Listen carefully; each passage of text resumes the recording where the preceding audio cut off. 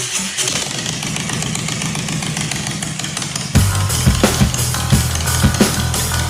to the Big Bone Yard. Enter at your own risk.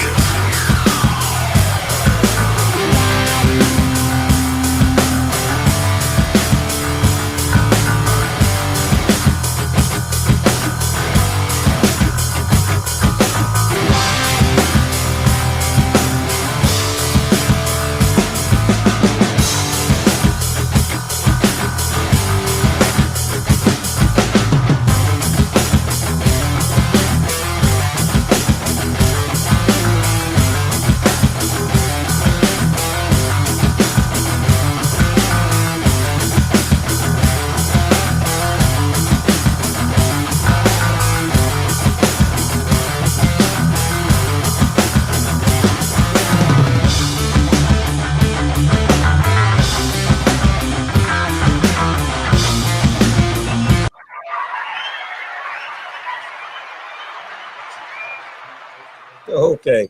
All right. Looks like we made it back. So we're here. This is Big Bone One Percenter, and I'm joined by Hardtail right now. Hardtail from MRF, which we're going to jump into that. But real quick, we're still here at the NCOM's 2024 convention, and man, it's been good. I wish I could have showed y'all everything live, but I was busy getting an award and stuff. That's kind of cool. I'm going to tell you about that in a few.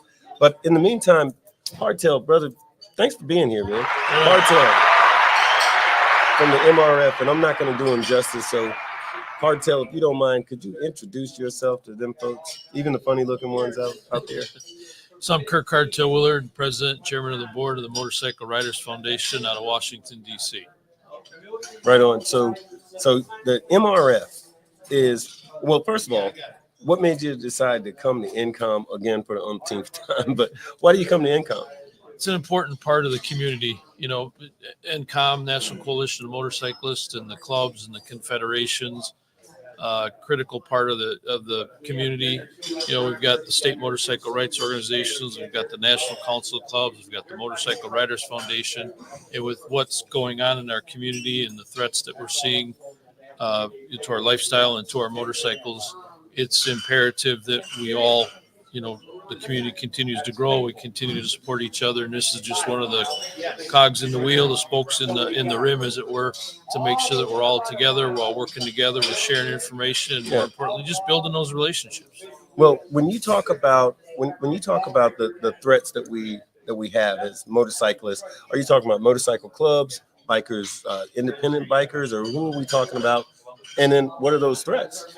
We're talking about all the above. You know, it's the profiling issues and the threats to our lifestyle, you know, and the work we're doing to further anti-profiling, working with, you know, the NCOC and NCOM and the MPP profiling project, critical stuff, right? And when we're talking about our motorcycles, you know, they're threatening to ban internal combustion engines. They're after, you know, our right to repair and modify motorcycles. The EPA is putting all kinds of regulations on the emissions of our motorcycles. And we're talking about end-of-life directives, you know, choosing a date on a calendar or an age of a bike or the miles of that motorcycle and saying that it's not roadworthy any longer. That's going on in Europe. It's coming our way. So we need to stay vigilant, and we need to unite as a community to protect, again, both our lifestyle and the motorcycles we ride, which are obviously part of that lifestyle. So when you say for somebody who's never heard any of this before, and you say end of life, like knee-jerk reaction is end of life sounds like I'm getting ready to die. But we're talking about our motorcycles, and I've heard it described as planned obsolescence, meaning that you buy a motorcycle on January the 1st, 2000. Well, January 1st, 2010, you can't get a part for that bike. Nobody's going to service it. And basically, you got to buy a new bike. Is that kind of the idea? True story, right? So the real end-of-life stuff's coming out of Europe, right? Where they're looking at either, again, picking a date on the calendar, looking at it, doing an inspection, deciding it's no longer roadworthy, or just picking a mileage and saying that bike can't be on the road anymore. They want the bikes, they want the parts. And exactly as Big Bone said, in the United States, finding a part for like a fuel injection module for a mid-range Evo. Okay. They're not out there. You can't get them. Harley's not going to fix them. The independent shops can fix them, but they may or may not be able to get the parts. And if those parts are available, they're certified and they're restricted to where they're not going to do what we really want them to do. So those are all issues that, we're in Capitol Hill and in Washington, D.C. every day working on, putting resolutions together, putting bills together, educating our Congress, men and women about what our concerns are and making sure they understand the ramifications of some of the decisions they're making. Some are intentional, but many are not. So we need to make sure which are which, and we need to educate folks on which are which. Okay. The attack on combustible engines or motors. So is this saying that the government wants us to go all electric? Yes. So tell us what you really feel. So no, yes, that's a fact. Yes. So this green energy push. We at the Motorcycle Riders Foundation don't have an axe to grind with electric motorcycles or electric cars. Yeah, that's fine. But when you mandate them and through emissions and through draconian and real stringent regulations saying that X amount of vehicles have to be electric by a certain day. So they're talking certain states. California's led the way, but there are multiple states that have joined California to say by 2032 or 2035, you can't sell an internal combustion engine anymore in said state. Right.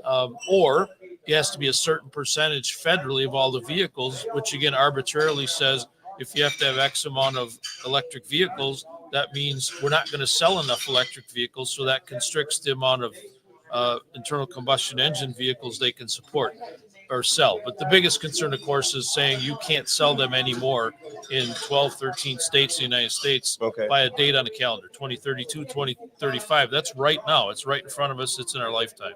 So obviously we fight that on a daily basis. So Hardtail, what should anybody watching, what should they do if they're concerned about this, they give a damn about it, they want to keep riding until the damn wheels fall off? How are they going to do that? So, a couple things. We've got National Biker Lobby Day in Washington, D.C. in just a week and a half. We will have representatives from 40 states. We'll have a significant number of motorcycle club members. We'll have members from the state motorcycle rights organizations. We'll have independents. And we hit all 535 offices, federal congressional offices in Washington, D.C. in one day. And you better believe they're going to hear about our concerns about California Air Resources Board, the EPA emissions, the EPA standards, EPA, providing waivers for folks to eliminate internal combustion engines. But, that's the big picture. The smaller picture is get involved. Join the Motorcycle Riders Foundation. Be active in your confederation and your coalitions in your states. Work with the Motorcycle Riders Foundation and work with the state motorcycle rights organizations. The more we talk, the more we educate, the more we engage, and the more we share. By the nature of doing that, people are going to get active. They're going to get excited. They're going to get passionate about this stuff. Yeah. But that's where it starts. Get involved in your local club. Make sure you're educating yourselves. Be part of the confederation and the coalition. There's a phenomenal network going on. The NCOM folks bring that together. The NCOC folks are bringing that together. Work with the state motorcycle rights organizations. And for the motorcycle rights organizations folks listening, I'll say the same. Be a participant, engage your clubs, work with your clubs, go to the meetings that you're invited to, make sure you have your ducks in a row and make presentations. Let's educate each other and let's together be involved. That's what we're really looking for. Right on. Hardtail, I appreciate it, man. I appreciate it. And listen, if anybody wants to find out more about this, reach out to me. I'll make sure you can get plugged in with Hardtail, and no matter where you are, because this is throughout the nation, right? Throughout the country. It's the United States. Throughout the country. So we got some heavy lifting to do, and we want to keep riding. And, this is a good way to do it because they're coming. They're coming. But, hey, man, thank you. And I see Chris over there. I think Chris, is that Chris? Chris, come on over, brother. He had a couple of things he wanted to say. One thing, he never liked you, and I'll tell you why. He said something, that thing you said about his sister. I think that was kind of messed up, but anyway, thanks a lot, bro. Thanks for what you do. Appreciate it. Thank you. You bet. Hey, that was Hardtail, everybody. So yeah. Hey, Chris, come on over, man. That was awesome. Thank you. Man, thank you. You got my contact information. Yeah, We yeah. Keep this going. Let me know when I can jump on and keep doing this. Right on. We'll do it again. So you heard him. You heard him. He said he's coming back. You said you don't like Very few people I don't like. Hey. So here we go again. Doggone. So Chris, and I won't do it justice, but for those of y'all who live north of the Mason-Dixon line, y'all are gonna dig Chris for a lot of different reasons. But Chris, tell us about yourself, Chris. Well, I'm with Long Island Debate. Been there for about 8 or 9 years. Current president. We got a really great organization made up of some really wonderful people. We're doing a lot of good things to make a difference in the community, motorcycle community work to keep motorcycles safe, protect our rights. We network with anybody we can to help better the situation for everybody on 2 and 3 wheels. So what you're saying is you don't deal with motorcycle clubs, right? No, we deal with everybody. We're non-denominational. We get along with everybody. Right on. Right And, on. that's what it's about. You know, the big word of the weekend here is unity. Yeah. You know, yeah. we all got to work together because by adding volume to the voice with population, you get more done. Right on. So that's big, you know. So you stopped what you were doing and brought your ass all the way to Kansas City. Wait, we're in Missouri, right? Kansas City, Missouri. We're in Kansas City, Missouri. There you go. We're in Kansas City, Missouri, and from Long Island. That's a long trip. So, what made you decide to come to NCOM this weekend? Well, we've been coming to NCOM for years. It's a great platform for everybody to get together with all the clubs working together. You know, you've seen a lot of changes in the tide over the years, and now it's rebuilding and stuff. And it's a matter of making everything kosher with everybody. We all work together to a common cause. And NCOM is a great platform. We're involved with the MRF, Motorcycle Riders Foundation. We get together twice a year, 2 different conventions. This is one of them. So we got the Meeting of the Minds in September, and that's where we get together with all the MROs, some of the clubs there too. Where's the Meeting of the Minds? Meeting of the Minds this year is going to be in St. Louis, Missouri. So we're going to come back to this fine state. I actually hope to ride this year. Right on, right on. Well, actually, yeah, you'll be able to. The weather won't be all nasty, so all right, that'll be cool. Yeah, this wasn't too good this year. This trip. What did you do all the a number of the sessions or the seminars or any of that stuff? Absolutely, yes. As usual, we attended Slider's presentation. He does some amazing stuff. He was on the show 2 weeks ago. Yeah, he's an amazing fella. He does so much for the motorcycle community. Him, his brother Chopper, all of them. Those are the forefathers. Those are the guys that set the grounds. For what we're doing today. Those guys are teachers now. They're not so much participants as much as they are teachers. They're teaching the new blood how to do what we do, Right on.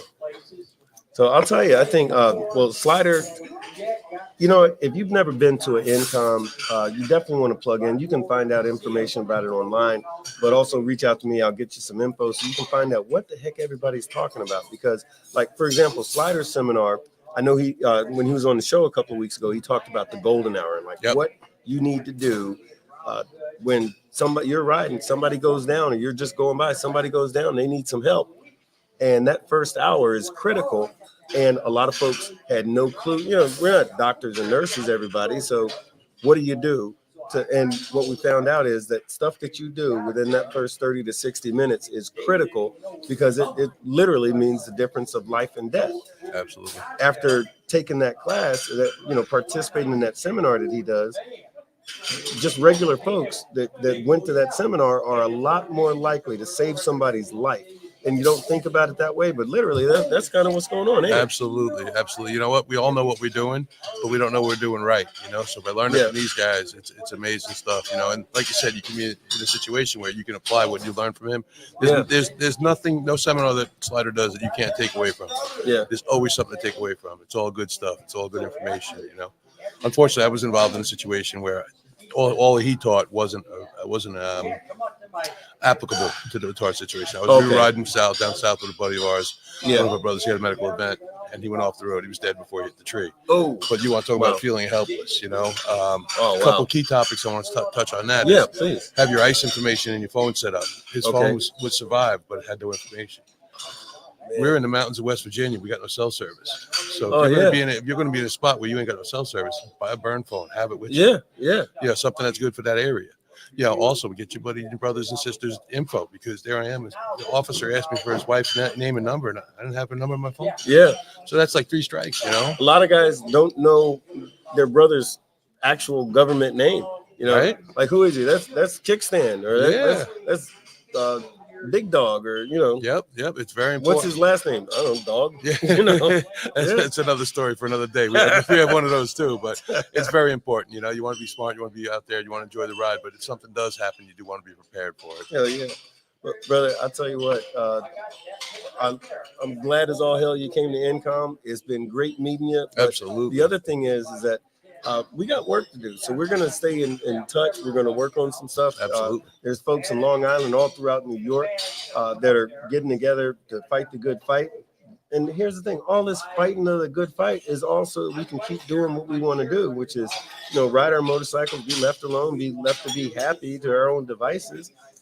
Like we were talking about today, you do your thing, we'll do our thing. As long as your thing don't bother our thing, we ain't gonna have a thing. Exactly. I love it. That's kind of what we're all about. And sometimes folks like Chris have to pick up the mantle and pick up the fight so that the rest of us can, have a good damn time. Absolutely. do what We're we going wanna to do. DC in 2 weeks. We'll be down there lobbying all elected officials because they don't like the politician work. Yeah.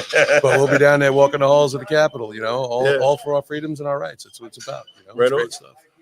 Well, brother, thank you. Thank you, man. Thank you for coming Pleasure. by. I appreciate it, man. And we're gonna stay in touch. Yeah, we will. And I think Jim. Yeah, we got Jim Hey, out Jim, there. Jim, what you gonna do? Will you please come and talk to us, man? What, Jim? Why do you hate us, Jim? What the hell? What did you do something to him? Not at all. All right. Actually, I'm his fault. Right on, man. Good, man. Thank you so much. Thank you. So hey, what's up? Insane Throttle, what's up? Lil Bird, Frank Rizzo.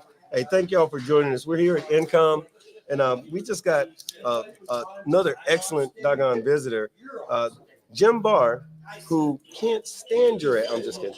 Hey, Jim, can you hear okay? This thing? It's not coming through here, but Oh. I can hear you. Oh, okay. All right. Well, Jim, welcome to the Big Boneyard. Hold on. We got Jim Barr. Can you hear that? I don't know if you can hear Yes, it. that I hear. That's people clapping and applauding for you. But hey, Jim, another wonderful gentleman, participant, recognized here at the 2024 NCOM convention. And Jim, tell us a little bit about yourself, man.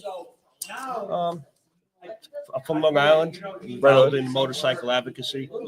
Been with And- Long Island Debate for 25 years. But you're doing what's your organization now? National CORE, COIR, and it stands for National Council of Informed Riders. Right. And that's what I was trying to trick him into saying, because I wanted him to tell you about CORE, because CORE is a really cool thing. And I'm not going to take away from you, but the thing is, there's a whole lot of folks, we know there's a lot of boneheads that watch the show that are not a member of a motorcycle club, but you still actually give a damn about what's going on as far as biker rights are concerned and being able to do what you want to do. And what CORE does is address just that to those folks specifically. So what made you start? What was the idea behind getting CORE started? Well, And tell us, what is CORE? it's an organization trying to identify all the people who aren't receiving information from the MROs. The MROs, the Motorcycle Riders Foundation, the motorcycle clubs, they all do stuff. They gather information and they publicize it to their members. Right. But there's 9 million independent riders that weren't receiving that information. Okay. So now take the Motorcycle Riders Foundation, for instance. Sure. If they put out a call to action asking everybody in the country to lobby, they'll put out the actual letter. All you got to do is sign it and send it. Right. Electronically send it. Right. And so those letters influence the legislature. Okay. So now if they're sending it to their members, that's a great, it's a great tool. Right. However, look how there's 9 million other people out there that don't know that information That's a big exists. number. So we're trying to take that information and get it spread out further. So when you're saying like MRF doing a call to action, that's sort of like the government made a law against bikers, and we want to address the government. So the MRF, they know about it, and the COCs and the MROs, they all know about it, and they're gonna write a letter or make a phone call. So that's a call to action, right? Yes, Like call to to action. do something Right. to inform your elected official or whomever it is That you're pissed off. that you're pissed off. You want them to know what's going on. So if you're ever pissed off about some local law, like in Florida, it used to be helmets. A call to action got a lot of folks together, and we were able to fight that. We were able to lobby the government to where the helmet law is as it is. And so now it's you ride, you decide. Wear a helmet, great. You don't wear a helmet, that's your business. But that came from a call to action. One of the things I know that we talked about a lot here was vulnerable road use, meaning in a lot of states, if a car driver hits and kills a motorcyclist, he's going to get a ticket and a fine that might be somewhere between 120 $120 right on up to about $176. And that's it. But a call to action says we want to communicate with the powers that be and let them know that that's not good enough, right? Correct. And so with you guys, so Core, you guys came together, so right now you got members all over the country, not just in the Northeast, right? Correct. We have members in 36 states currently. How much does it cost to become a member? Absolutely. What's the shakedown? Absolutely free. You're not shaking nobody down? Not only we're not shaking anybody down, if somebody signs up at nationalcore.org and registers, we're also going to give them a free $3,500 accidental death and dismemberment insurance policy. Absolutely free. What's that website again? Nationalcore.org. That's COIR. National Core. Tate, are you writing this down, Tate? NationalCoir.com. Okay. .org. See, .org. That's a trick Hold on. question because I grab knew. a pen. See how he did? I knew he was all right. I knew he was going to do that. No, but anyway, no, Right man. on the back of my ticket. Back your speeding ticket. And the reason it's free is because we're just volunteers doing this. Yeah. Nobody gets a salary. Nobody gets any money. Yeah. And if we build this network, it's all about getting people's email addresses. Yeah. So we have access to send them the information. Okay. So if we build tens of thousands or hundreds of thousands of people on a email blast, Yeah. we could take information from any MRO in the state, in the country. And if they have, right now, Illinois is fighting the helmet bill. Yeah. Right now, yeah. they don't need a helmet in Illinois, but the Senate is trying to push it through. Okay. So Illinois has asked for help from other people to lobby. Okay. So they fill out, when a call to action is a pre-filled out electronic form. Yeah. And all you do is put your name on it electronically and email it. That's all that has to be done. So when they sent that, they sent it to National Core also. Yeah. National Core sent it to people in 36 states. Okay. So those people also now lobbied and say, hey, you can add a note that we're not going into your state now or what have you. Right, right. It's going to affect, the consumers. We saw a lot of that with there's some states that because of their helmet laws, the argument with I want to say Louisiana is the different MROs in Louisiana and ABATE in Louisiana is saying to their government, folks don't want to come here for big bike events like they have in Florida and Texas and their surrounding states. You're losing all this money from tourism, from biker tourism. Nobody's going to come to your state if we aren't going to be comfortable to come to your state. Go ahead. I used to ride down to Myrtle Beach all the time. Yeah. I stopped doing it when Myrtle Beach implemented the helmet law in the city limits. Yeah. So you know what? I'm not giving you a dime anymore. Yeah. Yeah. There you go. So funny enough, actually, Illinois contacted us and wanted our help. Yeah. Oh, really? Yeah. There you go. And Tate for you, him, you. But Tate is actually I was talking about Tate a little earlier. So Tate is the president of Lake County ABATE, okay. largest chapter in the state. And I don't know why they would call the largest chapter in the state for anything, but I mean, I don't know. And then they picked up and put me on the state board. I mean, who the hell does that? Right on. Well, thank you for what you do. We need advocates. Thank you. Hey, after this is over, we need to exchange information. Yeah, Sure. definitely. Okay, I got your info right here, and here, y'all can't see this, but I got this for you, Tate. And Send me a picture of that. Okay, definitely. Anybody who wants Jim's info, let me know. I'll get it to you. But for those folks that are watching right now, how can people get a hold of you? You can email me. It's director@nationalcord.org. Director at National Core spelled COIR.org. Right? .org. .org. Yes. Okay. Now, can I just expand this a second? Yeah, please. Okay, so now that's how we started CORE for what I said, to reach those 9 million independent motorcyclists that weren't receiving the information. Yeah. But just recently, within the last month, we've transformed. We changed the I from independent to informed. Okay. So now it's National Council. It's still National Council. NationalCourt.org. Yeah. But it's the Council of Informed Riders. Okay. And the purpose is to bring everybody under the same tent. The Okay. MCs, the MROs, everybody. Anybody. Right. Because we first identified who's missing, so we focused on them. Right. But then we realized we're only assisting them. Right. So we changed the I to inform. Okay. And now it is all inclusive. So a big and now tent. we have MCs coming in. We have MROs coming in bulk, like Long Island Debate. Yeah. They just enhance their members' benefit by automatically. They're going to be transferring them into National Core automatically, which is now going to give them an additional $3,500 insurance. And you can stack it. Yes, that insurance is stackable. Long Island Debate members get $4,000. Yeah. National Core members get $35,000. Yeah, so that's now like us. $7,500. Yeah, because both Tate and I are members of Debate. He's a president. I'm a VP, but he's a president. But so you're speaking our language, man. Actually, I got a state board meeting tomorrow, so I'll bring that up and see if I can't work that in somehow. Yeah, absolutely. In fact, so you guys, I'll shoot you his info. You guys definitely talk and make that happen. So, so folks in Florida and everywhere else, we're interested. All right. So listen, Jim, thank you, man. Thank you. And I want to congratulate you on your lifetime achievement award. Thank you. And Yes. I got a really cool award, folks. And yeah, I don't have it because Miami, swiped it from me. But She's doing pictures. Oh, did she put pictures? Oh, okay. I don't know. I ain't looked yet, but I'm sure she.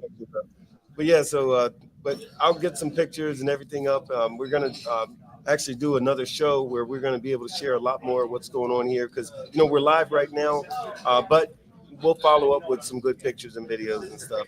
But Jim, thank you, man. Thank you. And if you could tell that son of a gun right there to come on over here and holler at us for a second. Yes, I will. I never liked Ed. No, I'm just kidding. I'm kidding. I didn't until tonight. He presented. I hear you. I know, right? But yeah, man, I wish you were here. And look, the next year for the 2025 NCOM convention, brother, if you aren't here, I'm going to disown you.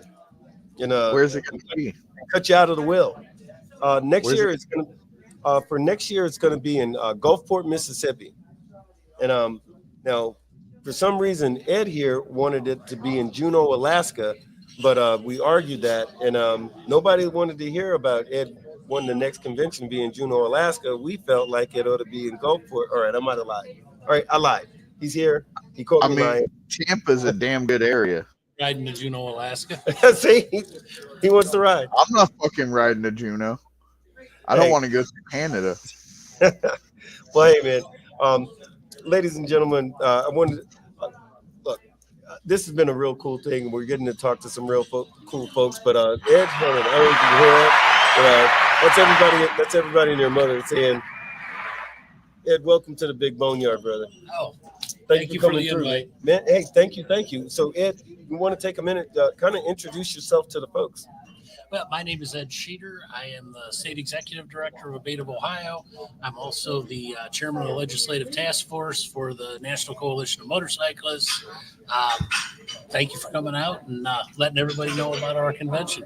Man, it's a very cool thing. I've been coming to this thing for a while, and every year you meet the coolest people, the most impressive people. I'm talking, 1%ers, 99 folks, MROs, MRFs, core, a lot of different folks, and it's an excellent, no pun intended, meeting of the minds, because there is an actual meeting of the minds, but this is kind of what this is, and the amount of knowledge that you gain in a weekend, like 3-4 days is really impressive. There's a lot of folks that say, I'm a biker, but they don't know there's so much stuff that you don't know. And you don't know until you know, right? For me, this is always a recharge too, of getting together with other like-minded people that are passionate enough about what we do to get together and defend it. Did you do a lot of the any of the seminars or the breakout sessions or any of that stuff this weekend? Oh yeah, I did them, and I actually presented a couple of them. Okay, which one did you present? I do a presentation on electric vehicles, autonomous technology. That's right. And alternative fuels. We hated that. No, I'm just kidding. Hey, look, no, but we were actually talking about that a little early. Tell us a little bit about that. Well, it's we started talking about this, and I started doing this presentation about 7 years ago with autonomous vehicles, at that time it was the push for alternative fuels, ethanol, things like that. And now it's transitioned into the push for electric vehicles. And 7 years ago or so, we started saying, hey, we need to get out and we need to get guaranteed a spot on the road that all these sensors and all this technology, we got to make sure that it's safe to operate around motorcycles. Yeah. And we need to make sure with this push for our ethanol up to E85 that we have fuel available for our bikes. Sure. And with these electric vehicles, it's not that I'm against electric vehicles, but don't go telling me I have to switch over to electric and I can no longer have an internal combustion engine. So right now, that's what we spoke about, touched on a little bit, but a little earlier with Jim. But my understanding is right now there is a push, both federally and through certain states, to have all electric vehicles by a certain date. Yeah, if you're out in California, by 2032, electric vehicles are going to be mandatory. The new ones will have to be. They've already started banning certain small engine applications, and California Air Resource Board had a meeting plan that we submitted a position on. But it is by 2035, they want 50% of the new motorcycles sold to be electric. That only leaves half of them available to those of us like the internal combustion engine. Yeah. And by the way, don't get me wrong. If you want to ride an electric motorcycle, knock yourself out. I would fight for your right to be able to have that choice too. Right on. See, and I dig that because I think what happens is this. Like I was in the Marine Corps and we took an oath, right? And we swore an oath to defend the Constitution of the United States of America against all enemies, foreign and domestic. And part of the Constitution is freedom of speech, the right to pursue your own happiness and all that kind of good stuff. So I will argue to the death somebody's right to feel and think and say what they want to say, even if I don't like what they say. You have the right to make a decision, sure, even if it's not the same decision I would make. But don't force me to do it. Exactly. Don't force me to do it because me, I don't want an electric motorcycle. Like if somebody gave me an electric motorcycle, I'd sell that thing for a gas guzzling. They're not gas guzzlers, but I'd sell it for a fossil fuel using road glide in a New York Minute. But I mean, if it's electric, you can afford both of us a new road glide. Just saying. yeah, because they ain't cheap. That's the other thing. And they're quiet. Yeah. If you want to see something that isn't cheap, just for the fun of it once, run Tesla exhaust on a Google search and see what people are paying to basically get a couple of speakers. Looks like they're built into catalytic converters so that they can bolt them up underneath their car and make vroom vroom noises. Are you kidding me right now? That is the wildest thing. All right. So look, anybody who heard that, Google, wait, how do you say it? Tesla exhaust. Tesla exhaust. Which that's not. Oh, get the hell out. Now look at the price. So if you got an extra $3,296.95, you too can sound like about shipping. Yeah, plus shipping and handling. You too can sound like a regular car. Now, can you hook an amp up to that to make it sound like your Tesla's got balls, or like make it sound like a Mustang or something? Yeah, actually, that is part of the programming. You can make Oh it my sound God. like a specific engine. You can go back and get go through the gas guzzling muscle cars that they want us to get rid of to make your Tesla sound like it. Right on. I'll tell you what, that is some wild stuff. But I'll tell you what, I know we didn't cover as much stuff as you've got going on, as much of the fight that you guys are doing. But if you want to find out more, or if you want to get in contact, how do we get a hold of you? Well, again, my name is Ed Sheeter. If you go to the NCOM web, the National Coalition of Motorcyclists website, I am listed there. I am the Region 4 director, co-director, as well as the chairman of the legislative task force. You can email me, ask me any information. My phone number's there. Just give me a holler. We're in it for the fight. Right on. So, Well, hey, wait a minute. Bikers fighting? Is that a thing? No. Allegedly. Allegedly fighting. I'll fight with the government every day they let me.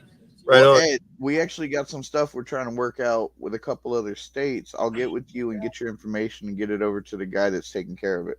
Cool. Right on. Well, hey, Ed, I got to tell you, I'm pushing all kinds of buttons here, but no, Ed, thank you for taking some time out to talk to us, man. Thank you for the time to listen, and thank you for the work that you're doing, brother. Keep it up, man. And in the meantime, I think we need to, Josephine is, excuse me, Joe, why are you so relaxed over there? America wants to talk to you, Joe. Yeah, because you know what? There's been no women talking here, and Joe is a woman, and she wants to tell us. Remember on the Ricky Lake show how all the women used to say that all men suck and stuff like that?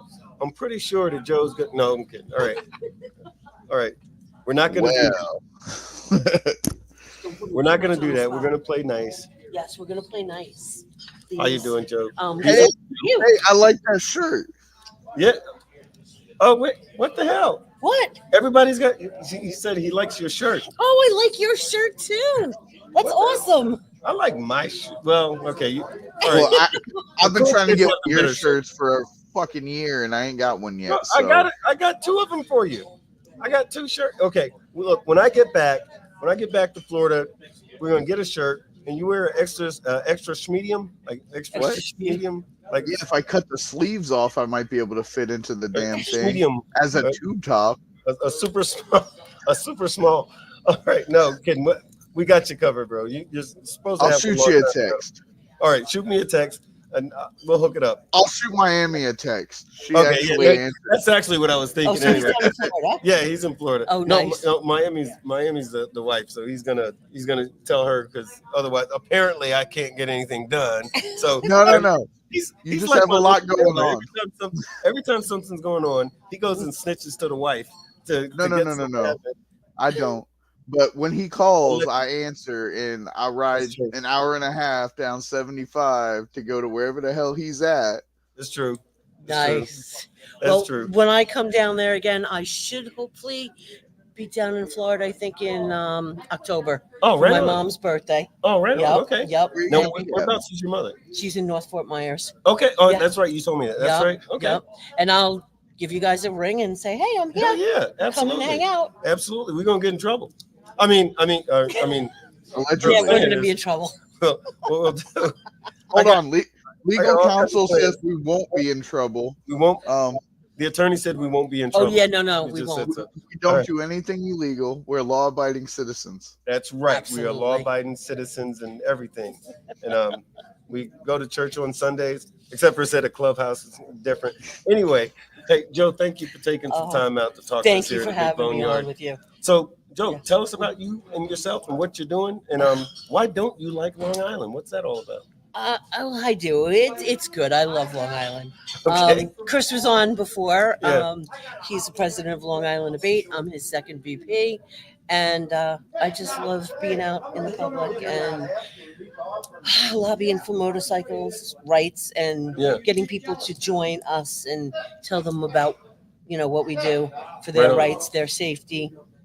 And So- How long have you been doing? Because with debate, how long have you been doing that? I've been part of Debate like 10 years now and on the board for about 4, I'd say. So Yeah. Tate and I were having a conversation.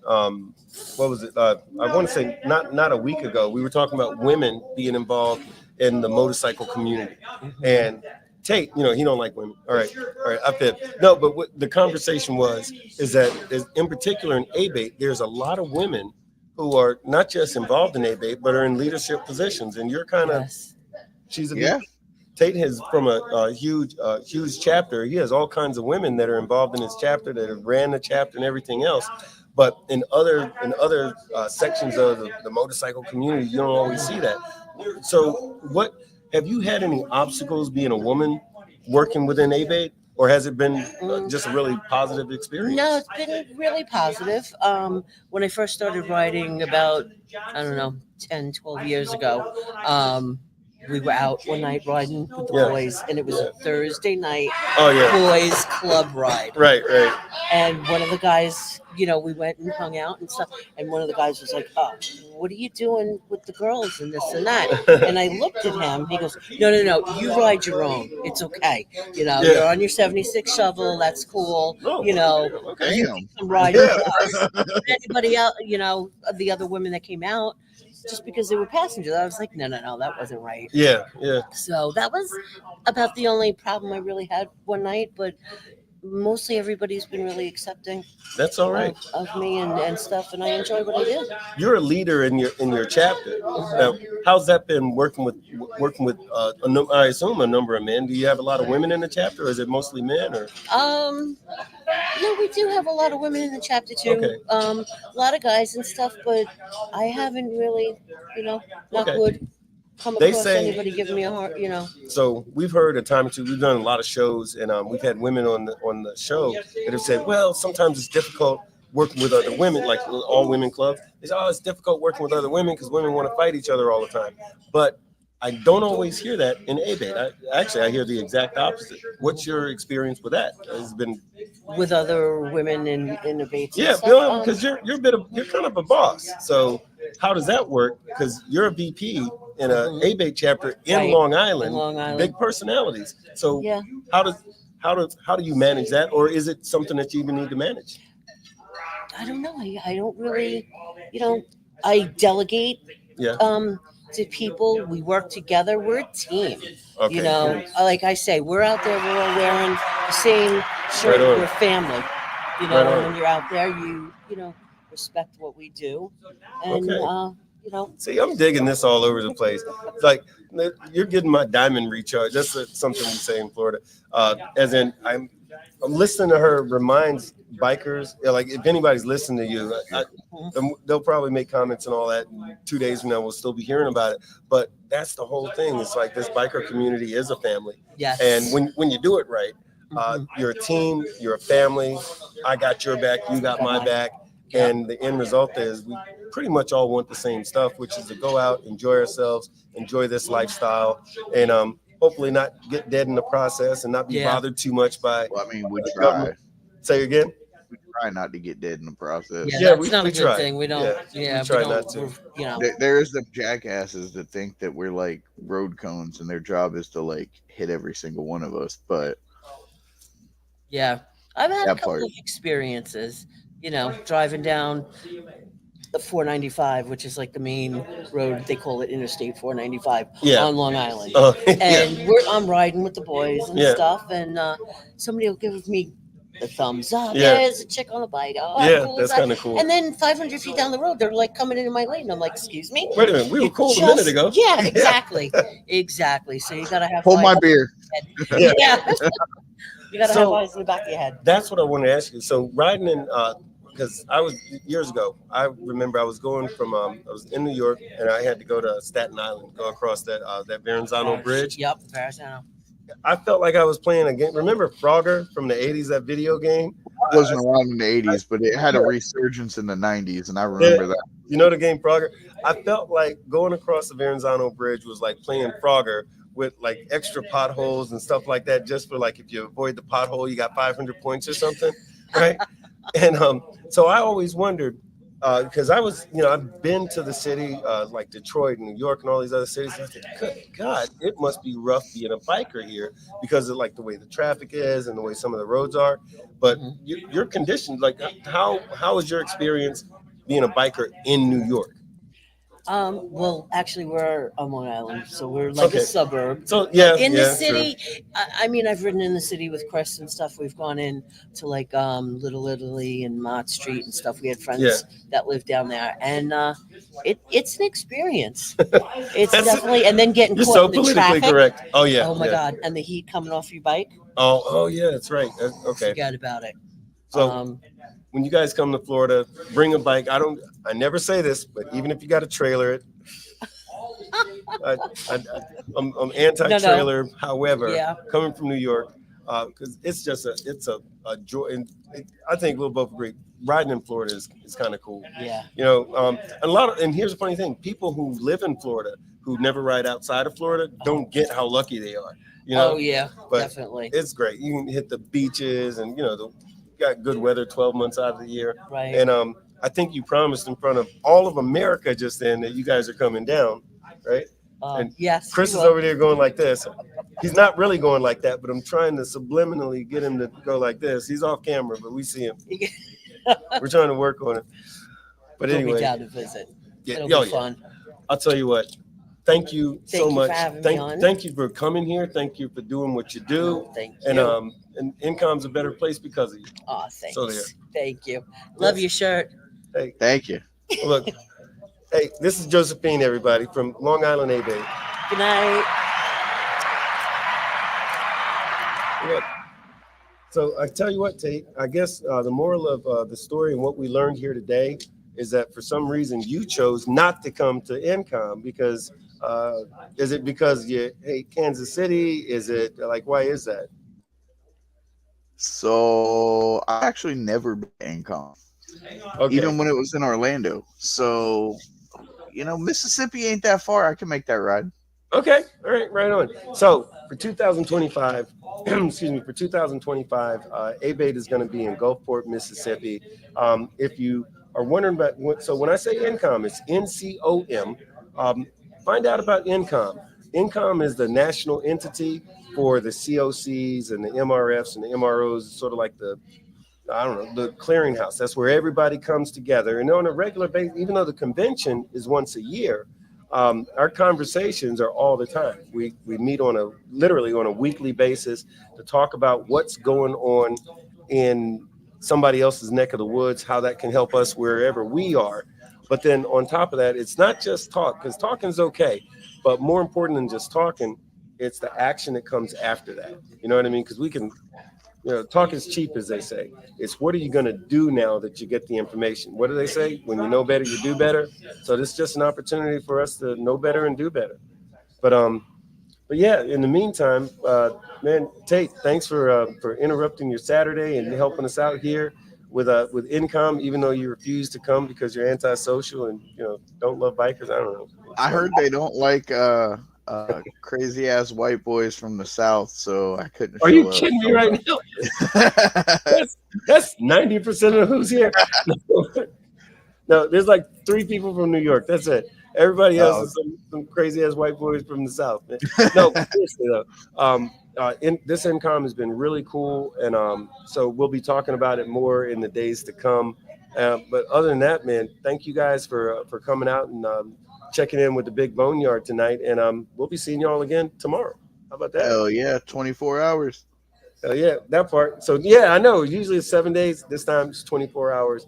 But in the meantime, thank y'all so much for joining us. And so we're gonna check out, and we'll see y'all tomorrow. Later. Peace out.